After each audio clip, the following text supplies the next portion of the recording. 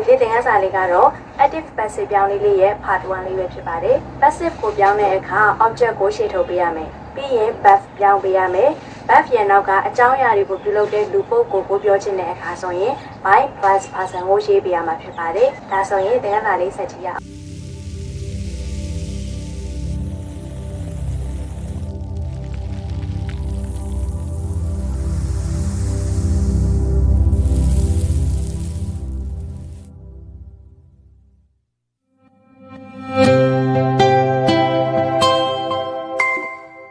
active ကနေ passive ကိုပြောင်းတဲ့အခါ verb ကိုအရင်ပြောင်းပေးရမယ်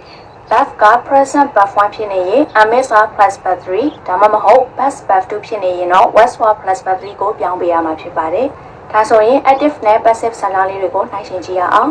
somebody cleans the office every day somebody တစ်စုံတစ်ယောက်က cleans တန်ရှင်းတဲ့ the office ရုံးခန်းကို every day နေ့တိုင်းတစ်စုံတစ်ယောက်ကနေ့တိုင်းရုံးခန်းကိုတန်ရှင်းတဲ့ဒါဆိုရင်ရုံးခန်းကတန်ရှင်းခြင်းခံရတယ် passive ကိုပြောင်းတဲ့အခါခံရတဲ့ object ကိုရှေ့ပို့ပေးရမှာဖြစ်ပါတယ်ဒါဆိုရင် the office verb 1ဆိုတော့ am is plus verb 3ကိုပြောင်းပေးရမှာဖြစ်ပါတယ် subject အနေဖြစ်တဲ့အတွက် is ကိုသုံးမယ် the office is cleaned every day ရုံးခန်းကိုနေ့တိုင်းတန်ရှင်းတယ်နေ့တိုင်းရုံးခန်းကတန်ရှင်းခြင်းခံရတယ်နောက်ထပ်တစ်ခုက verb 2ကိုကြည့်မယ် somebody cleaned the office yesterday clean it တန်ရှင်းခဲ့သည်ဆိုတော့ verb 2ဖြစ်ပါတယ်တစုံတစ်ယောက်မနေ့ကရုံးခန်းကိုတန်ရှင်းခဲ့တယ်ဒါဆိုရင်ရုံးခန်းကမနေ့ကတန်ရှင်းခြင်းခံခဲ့ရတယ် passive ကိုပြောင်းမယ်ဆိုရင် object ကိုရှေ့ထုံမယ်ဆိုတော့ the office verb 2ဖြစ်တဲ့အတွက် was plus verb 3ကိုစဉ်းစားပေးရမယ် subject အနေဖြစ်တဲ့အတွက် was ကိုသုံးမယ် the office was cleaned yesterday ရုံးခန်းကိုမနေ့ကတန်ရှင်းခဲ့တယ်ရုံးခန်းကမနေ့ကတန်ရှင်းခြင်းခံခဲ့ရတယ်ဒါဆိုရင်အဲ့ဒီနှစ်ကြောင်းကိုပြန်ကြည့်ရအောင် the office is cleaned every day နောက်တစ်ခု the office was cleaned yesterday မနေ့ကရုံးခန်းကိုတန်ရှင်းခဲ့တယ်နောက်ပြီး verb မှာ regular verb နဲ့ irregular verb ဆိုပြီးတော့နှစ်မျိုးရှိတယ် regular verb ဆိုတာက verb 2 verb 3စကားလုံးလေးတွေကများသောအားဖြင့် ed ဆုံးတယ်ဥပမာ clean တန်ရှင်းသည်သူ့ရဲ့ verb 2က clean it တန်ရှင်းခဲ့သည် verb 3လည်းအတူတူပဲ clean it တန်ရှင်းပြီးပြီ damage ပျက်စီးသည် damaged ပျက်စီးခဲ့သည် damaged ပျက်စီးပြီးပြီဒါပေမဲ့ irregular verb မှာတော့ verb 2 verb 3စကားလုံးလေးတွေက ed မဆုံးပါဘူးများသောအားဖြင့်အဲ့ဒီစကားလုံးလေးတွေကကွဲပြားနေတတ်တယ်ဥပမာ verb 1တိဆောက်သည်ဆိုရင် built တိဆောက်သည်သူ့ရဲ့ verb 2ကတော့ built verb 3ကလည်း built တိဆောက်ပြီးပြီ ed မဆုံးပါဘူးနောက်ထပ်တစ်ခု take ယူသည် took ယူခဲ့သည် taken ယူပြီးသွားပြီအဲ့လိုမျိုး ed မဆုံးတဲ့ verb တွေကိုတော့ irregular verb လို့ခေါ်ပါတယ်passive ကိုပြောင်းတဲ့အခါလှုပ်ဆောင်ချက်တွေလုပ်တဲ့လူထက်လှုပ်ဆောင်ချက်တွေကပိုပြီးစိတ်ဝင်စားစရာကောင်းနေတယ်ဆိုရင်တော့ passive ကိုသုံးပေးရမယ်ဥပမာ this beautiful bridge was built in 2002ဆိုရင် this beautiful bridge ဒီတရားက was plus verb သုံးထားတဲ့အတွက် passive form ဖြစ်ပါတယ်ဒီတရားကတိဆောက်ခြင်းခံရတာ2002မှာဒီတရားကိုတိဆောက်ခဲ့တာဒီစာကြောင်းမှာဘယ်သူတိဆောက်ခဲ့လဲဆိုတာသိလည်းမသိဘူးပြောဖို့လည်းမလိုအပ်တဲ့အခါဆိုရင်ဒီတိုင်းတန်းပြီးသုံးပြီးလို့ရတယ်ဒါမှမဟုတ်တရားတိဆောက်တဲ့သူကိုပြောချင်တယ်ဆိုရင်တော့နောက်ဆုံးမှာ by plus person ကိုရေးပြရမယ်ဥပမာဒီတရားကို John Smith ကတိဆောက်တယ်ဆိုပါလို့ဒါဆိုရင် this beautiful bridge was built in 2002 by John Smith 2002မှာဒီတရားကို John Smith ကတိဆောက်ခဲ့တာနောက်ထပ် passive present ဥပမာစကားလေးတွေဆက်ကြည့်ရအောင်butter is made from milk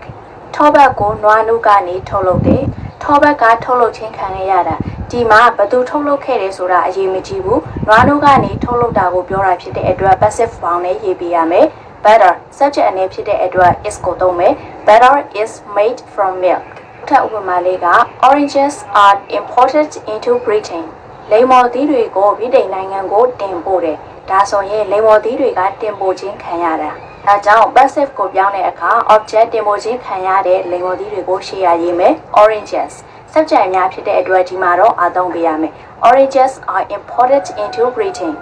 နောက်ထပ်စာကြောင်းလေးကတော့မေးခွန်းလေးပဲဖြစ်ပါတယ် how often ဘယ်နှကြိမ်ဘယ်နှခါ are these rooms cleaned အပလပတ်ကြီးသုံးထားတဲ့အတွက်ဒါလည်း passive မေးခွန်းဖြစ်ပါတယ်ဒီအခန်းတွေကိုဘယ်နှကြိမ်တန်ရှင်းလဲဒီအခန်းတွေကဘယ်နှကြိမ်တန်ရှင်းခြင်းခံရလဲလို့မေးတာပါနောက်ထပ်စာကြောင်းလေးက I am never invited to parties ဒီစာကြောင်းလေးရဲ့အဓိပ္ပာယ်ကငါဘယ်တော့မှပါတီပွဲကိုအဖိတ်မခံရဘူးလို့ပြောတာ I subject နေရာဖြစ်ပေမဲ့လေ F က am plus but 3သုံးထားတဲ့အတွက် passive form ဖြစ်ပါတယ်အဲ့တော့ကိုကဖိတ်ချင်းမခံရတာကိုပြောတာပါ I am never invited to parties ငါဘယ်တော့မှပါတီပွဲကိုအဖိတ်မခံရဘူး present စာကြောင်းလေးတွေပြီးပြီဆိုတော့နောက်ထပ် past စာကြောင်းလေးတွေဆက်ပြီးကြည့်ရအောင် This house was built 100 years ago လွန်ခဲ့တဲ့နှစ်တရာကဒီအိမ်ကိုတည်ဆောက်ခဲ့တာဒီအိမ်ကတည်ဆောက်ခြင်းခံခဲ့ရတယ် Number 2 These houses were built 100 years ago လွန်ခဲ့တဲ့နှစ်တရာကဒီအိမ်တွေကိုဒီမှာတော့ houses အိမ်များဆိုတော့ subject အများဖြစ်တဲ့အတွက်ဒီမှာတော့ were သုံးပေးရမယ်အတိတ်ဖြစ်တဲ့အတွက် was were ပဲစဉ်းစားပြရမှာပါ subject အများဖြစ်တဲ့အတွက် were ကိုသုံးမယ် These houses were built 100 years ago လွန်ခဲ့တဲ့နှစ်တရာကဒီအိမ်တွေကိုတည်ဆောက်ခဲ့တာလွန်ခဲ့တဲ့နှစ်တရာမှာဒီအိမ်တွေကတည်ဆောက်ခြင်းခံခဲ့ရတယ် Number 3 When was the telephone invented? တယ်လီဖုန်းတွေကိုဘယ်အချိန်မှတီထွင်ခဲ့တာလဲအချိန်မှတီထွင်ခဲ့ခြင်းခံခဲ့ရတာလဲ Number 4 We weren't invited to the party last week.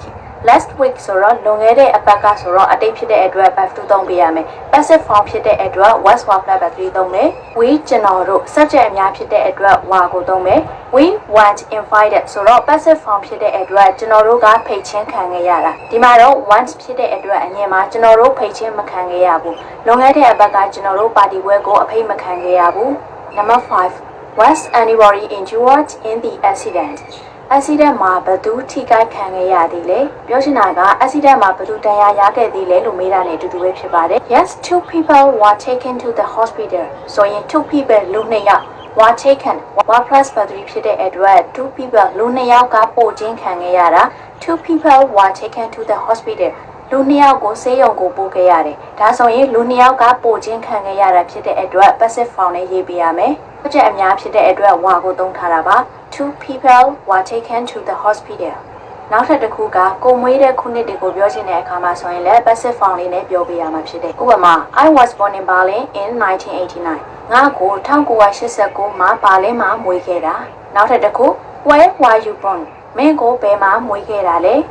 ရှေ့မှာပြောခဲ့သလိုပဲဘယ်သူလုပ်ခဲ့လဲဆိုတာကိုသိချင်တယ်ဆိုရင်တော့ by plus person ကိုတွဲပြီးရေးပြရမယ် The telephone was invented by Alexander Bell in 1876 တယ်လီဖုန်းတွေကို1886မှာ Alexander Bell ကတီထွင်ခဲ့တာတယ်လီဖုန်းတွေက Alexander Bell ရဲ့တီထွင်ခြင်းကိုခံခဲ့ရတယ် Number 2 I was bitten by a dog a few days ago လွန်ခဲ့တဲ့ရက်အနည်းငယ်ကငါခွေးကိုက်ခြင်းကိုခံခဲ့ရတယ်ဒီစာကြောင်းမှာ subject က a dog ခွေးတစ်ကောင်ဖြစ်တယ်ခွေးကငါ့ကိုကိုက်တာဒါဆိုရင်ငါကကိုက်ချင်းခံခဲ့ရတာဖြစ်တဲ့အတွက် passive form နဲ့ရေးပြရမယ် I was bitten ဒီကကိုက်တာကိုပြောတာဖြစ်တဲ့အတွက် by နဲ့တွဲရေးပြရမယ်